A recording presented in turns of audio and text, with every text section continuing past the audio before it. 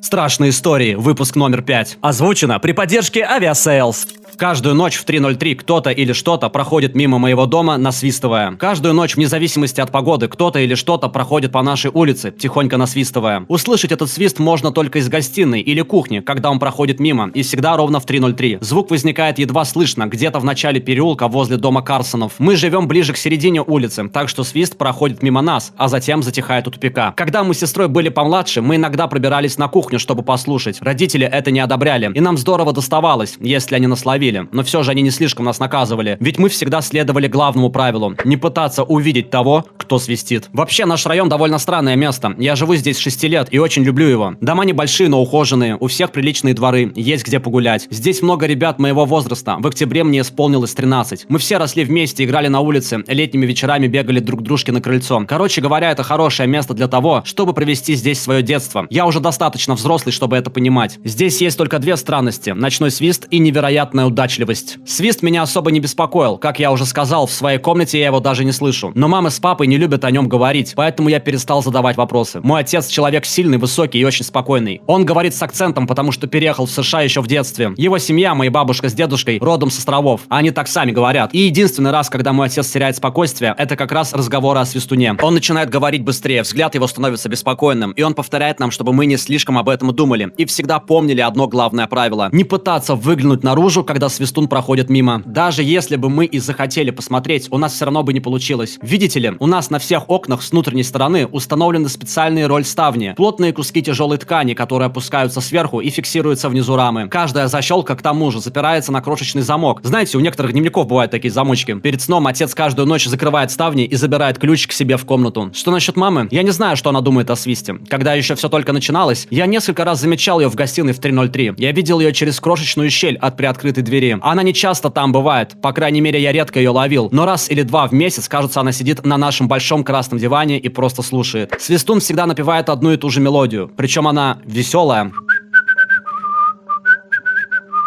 Помните, я говорил, что в нашем районе есть две странности? Ну так вот, помимо ночного свистуна, все жители в нашей округе те еще счастливчики. Это трудно объяснить, и отец не любит, когда мы об этом говорим, но людям здесь просто постоянно везет. Обычно везение касается чего-то мелкого. Выигрыш в конкурсе на радио, неожиданное повышение на работе, случайная находка древних наконечников стрел в саду, типа древних и ценных. Погода здесь всегда хорошая, преступлений нет, а осенью сады у людей расцветают особенно ярко. Миллион маленьких благословений. Как-то так сказала однажды мама про жизнь здесь. Но главная причина, по которой мы тут остались, почему вообще сюда переехали, это моя сестра Нола. Она родилась очень больной, у нее что-то с легкими. Мы даже не могли забрать ее домой после рождения, только навещали в больнице. Она была совсем крошечной, даже по сравнению с другими младенцами. Вместо нее дышал аппарат. Мы переехали в этот дом, чтобы быть ближе к больнице, и как только мы поселились здесь, Ноле стало лучше. Врачи не могли это объяснить, списывали все на лечение, но было видно, что они сами не до конца понимают, в чем дело. Но родители знали, даже я знал. Улучшение Нолы было еще одним из миллиона маленьких благословений, которые дает нам наш район. Поэтому мы остались, даже когда узнали, что за каждое маленькое чудо, которое здесь случается, иногда приходится платить каким-то плохим событиям. Но случается оно только в одном случае, если пытаться увидеть свистуна. В нашем районе существует некий приветственный комитет. Когда к нам в район заселяется кто-то новый, они приходят к людям с запеканкой из макарон, подарочной корзиной и желтой папкой с документами. Они очень дружелюбные. Когда мы переехали 7 лет назад, к нам пришли 4. Они немного поболтали, угостили меня сникерсом и по очереди держали Нолу на руках. Это была ее первая неделя вне больницы, так что они обращались с ней очень осторожно. Потом они попросили поговорить с родителями наедине, и меня отправили в комнату. Но даже оттуда я сумел подслушать почти все. Комитет рассказал родителям про то, какой наш район замечательный. Настолько классный, что даже трудно выразить это словами. А потом они заговорили о другой вещи, объяснить которую еще сложнее. О ночном свисте. Он звучит каждую ночь ровно в 3:03 и прекращается ровно в 3:05. Наши новые соседи заверили родителей, что этот свист тихий, что он никогда не причинит нам вреда, если только мы не будем пытаться увидеть его источник. Этот момент они особенно подчеркнули, и я прижался ухом к двери, чтобы не упустить ни слова. Тем, кто пытался увидеть свистуна, переставало вести. Иногда это заканчивалось трагически. Над такими людьми нависала черная туча. Все, что могло пойти не так, шло не так. В желтой папке, которую принесли члены комитета, были газетные вырезки с историями об автомобильных авариях, разрушенных жизнях, публичных смертях и странных несчастных случаях. Не все умирают, услышал я, как глава комитета говорит отцу. Но из них уходит жизнь. Даже если они выживают, в них больше нет ни света. Они будто будто уже не присутствуют в нашем мире. Я понял, что мама не воспринимала все эти слова всерьез. Она продолжала спрашивать, не разыгрывают ли они новых соседей таким образом. В какой-то момент она даже рассердилась, обвинила комитет в том, что они пытаются нас запугать и выжить отсюда. И спросила, не связано ли это с тем, что отец родом с островов. Отец ее успокоил, сказал, видит, что наши новые соседи искренние люди и просто хотят помочь. Он объяснил, что сам вырос на таких историях, которые рассказывала ему его мама, и что он знает, среди нас порой ходят странные существа. Некоторые из них добрые, некоторые злые, а некоторые просто другие. После того, как комитет ушел, отец отправился в хозяйственный магазин, купил плотные тканевые рольставни, задвижки и замки, а после ужина установил их на каждое окно в доме. В первую же ночь в нашем новом доме я вылез из комнаты в 3 ночи и увидел, что отец не спит. Он сидел на диване в гостиной и держал на руках мою младшую сестру. Папа приложил палец к губам, указывая, чтобы я молчал, но похлопал по дивану рядом с собой. Я сел, и мы стали ждать. Ровно в 3:03 мы услышали свист.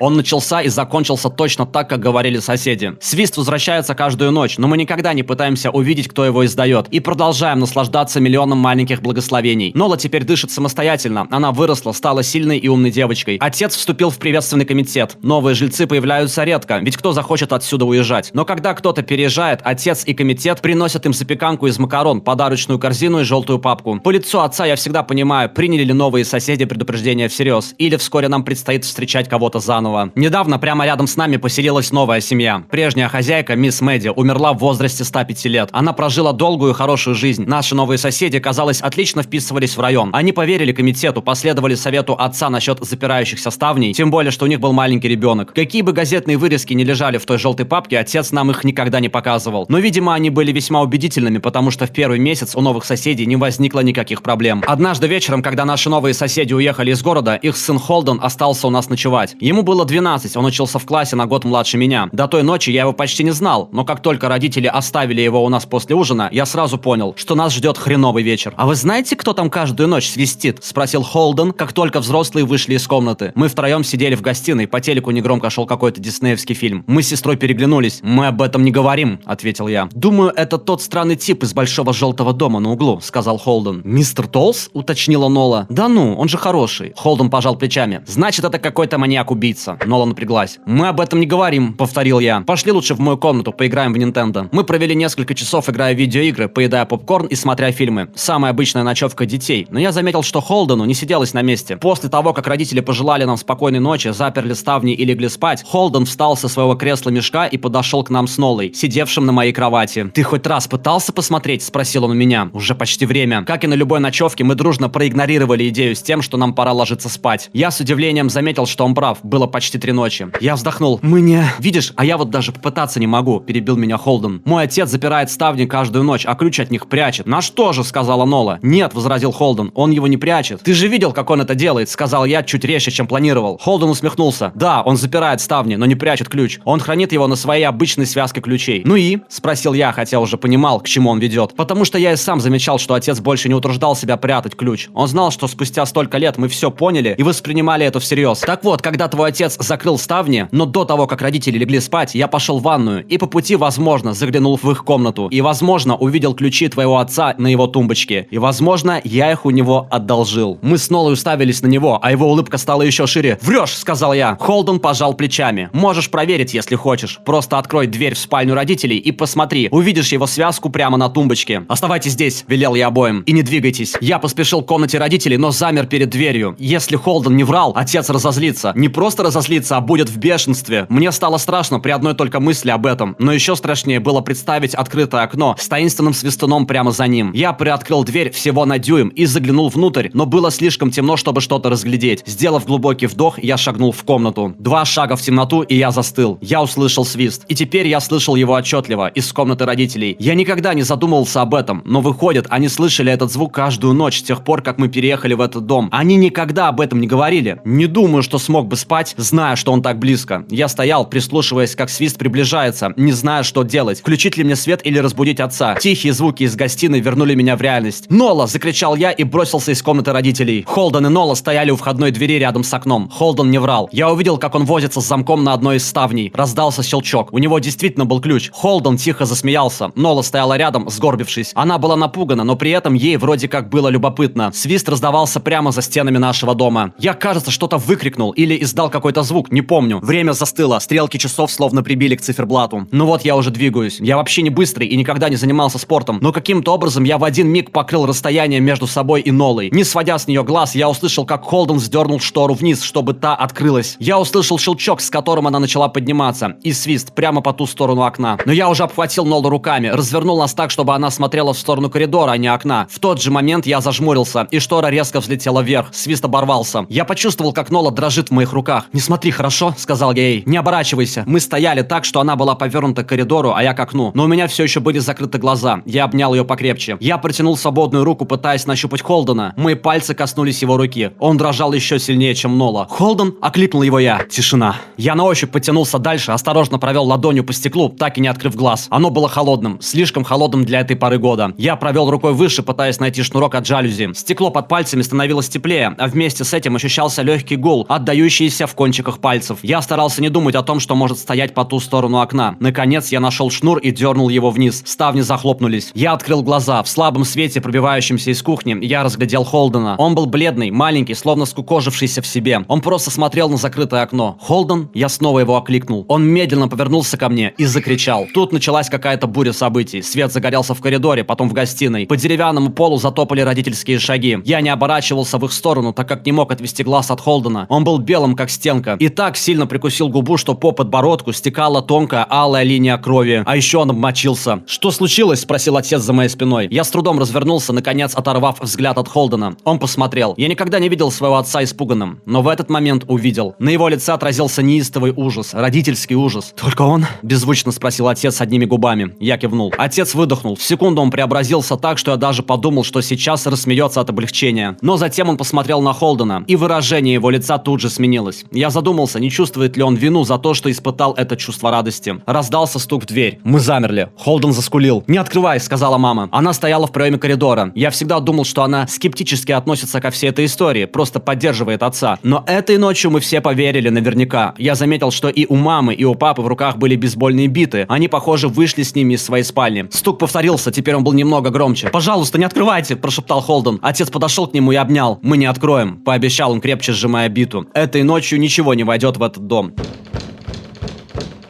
Теперь удары были настолько сильными, что дверь задрожала. Холден снова закричал. Нола вцепилась в меня. Мама подбежала и обняла нас обоих.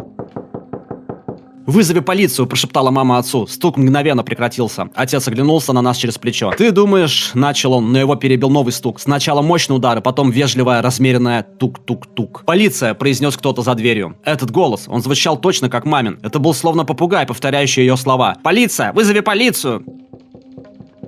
«Полиция!» Мама сильнее прижала нас к себе. «Полиция! Полиция! Полиция!» «Пожалуйста, хватит!» – прошептала она. «Не думаю, что звонок в полицию поможет нам», – сказал отец. «Как мы узнаем, что это они стучат в дверь?» Стук снова вернулся, сильнее, чем прежде. Дверь задрожала, потом все замерло. Повисла долгая пауза, а затем мы услышали новый стук. Теперь в заднюю дверь. Мы все разом повернулись, но как только наши головы дернулись в сторону черного входа, стук снова раздался спереди. Передняя дверь, потом задняя, потом снова передняя. Громкий, потом тихий, снова громкий. И вдруг оба входа начали сотрясаться одновременно. Удары стали массивными, тяжелыми, словно кто-то вгрызался в дерево кувалдой, а затем постукивание по всем окнам сразу, по стенам. Как будто мы оказались внутри барабана, и десяток барабанщиков принялись выстукивать свои собственные ритмы со всех сторон. Или как будто мы были черепахой, а что-то пыталось выдрать нас из панциря. «Хватит!» — закричал Холден. Стук замер. «Я не скажу!» — прошептал он, не отрывая глаз от двери. «Обещаю, никому не скажу, что увидел. Просто уйди!» Мы прождали почти минуту, а потом мы услышали это. Мягкое, нежное...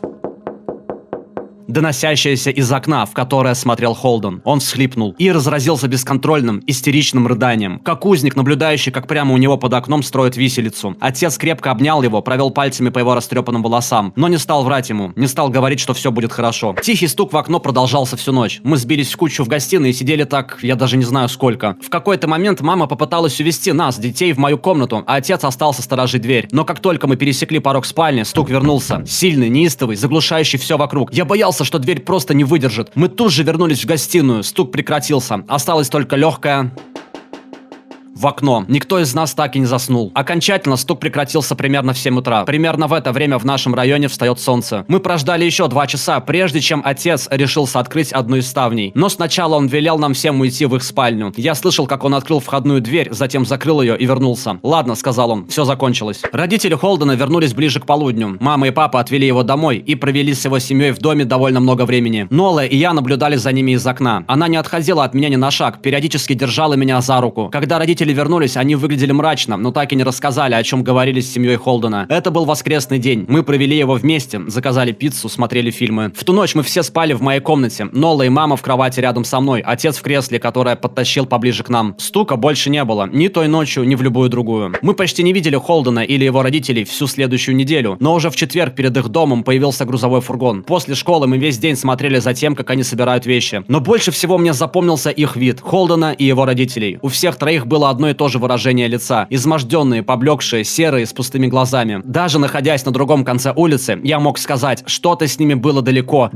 не так. До захода солнца Холдена и его семьи уже не было. Я вспомнил, что сказал приветственный комитет моим родителям в ночь переезда. Не все, кто видел свистуна, умирают, но даже если они выживают, свет в них гаснет. И дальше их жизнь лишь череда маленьких трагедий. Я думаю, родители Холдена тоже посмотрели на него. Может, чтобы его успокоить, если они не верили. А может, чтобы разделить с ним ношу, если все же поверили. Теперь я смотрю на Нолу, маленькую, жизнерадостную, живую, и думаю, а если бы я замешкался, если бы она успела посмотреть, а если бы я тоже посмотрел, чтобы успокоить ее, чтобы разделить с ней эту ношу? Я рад, что не пришлось проверять. Мы до сих пор живем в этом доме, в этом районе. Мы до сих пор слышим этого свистуна, как он проходит мимо, каждую ночь. Но удача, благословение и добрые чудеса здесь слишком привлекательны, чтобы покидать это место. Поэтому мы ведем себя осторожно. Мы больше не зовем друзей на ночевки, а отец теперь прячет ключ от ставней очень тщательно. Да и не то, чтобы я хотел узнать, где он его прячет. Некоторые вещи, их просто не стоит знать.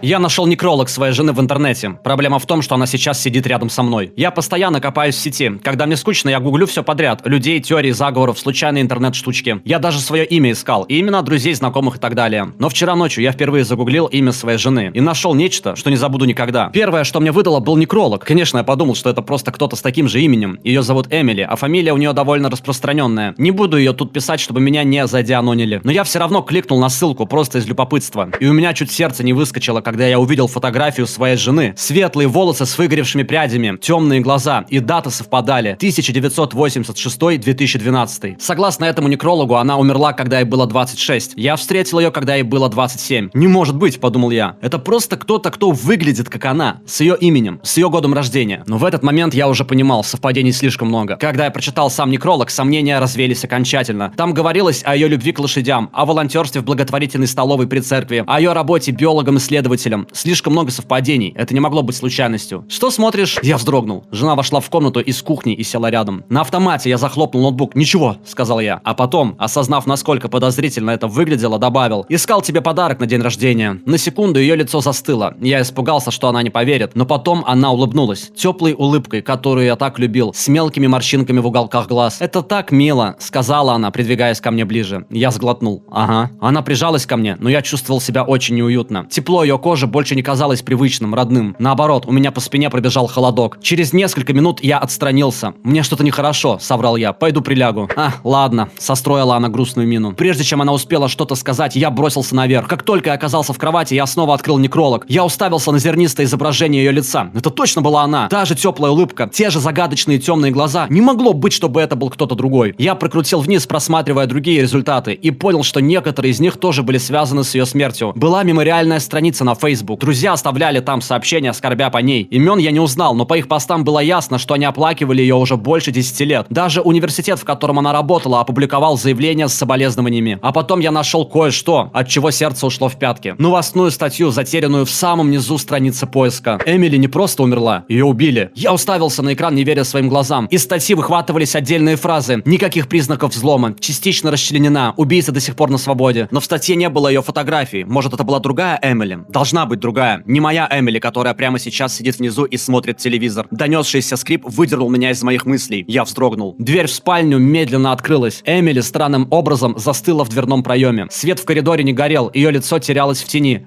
«Эмили?» У меня дрожал голос. «Я пришла проверить, как ты», — сказала она тихим, холодным голосом. «Спасибо». Я поспешно выключил телефон и спрятал его за спину. «Мне уже намного лучше, все в порядке». Я рада это слышать. Ее голос стал еще тише. тише. Пока она укладывалась рядом со мной, я старался сохранять спокойствие. А после, когда она меня начала обнимать, я весь сжался от холода. «Я тебя люблю, малыш», прошептала она, уютно устраиваясь рядом. «Я тоже тебя люблю. И вот я здесь. Пишу это с телефона, пока Эмили спит рядом. Я не знаю, в безопасности ли я. Я не знаю, с кем или с чем я имею дело. В голове рождаются безумные теории. Может, у Эмили была сестра-близнец, которая умерла, а она заняла ее место. Или она какое-то жуткое существо из народных сказаний, убившая Эмили и принявшая ее облик. Чем дальше тикает время, тем безумнее становятся мои догадки. Но ни одна из них не имеет смысла. Я уверен лишь в одном. Кто бы ни лежал рядом со мной, это не настоящая Эмили. Большое спасибо за просмотр. Дружок, пока ты меняешь свои трусы, включи плейлист со страшными историями и слушай их еще. Обнял. Пока.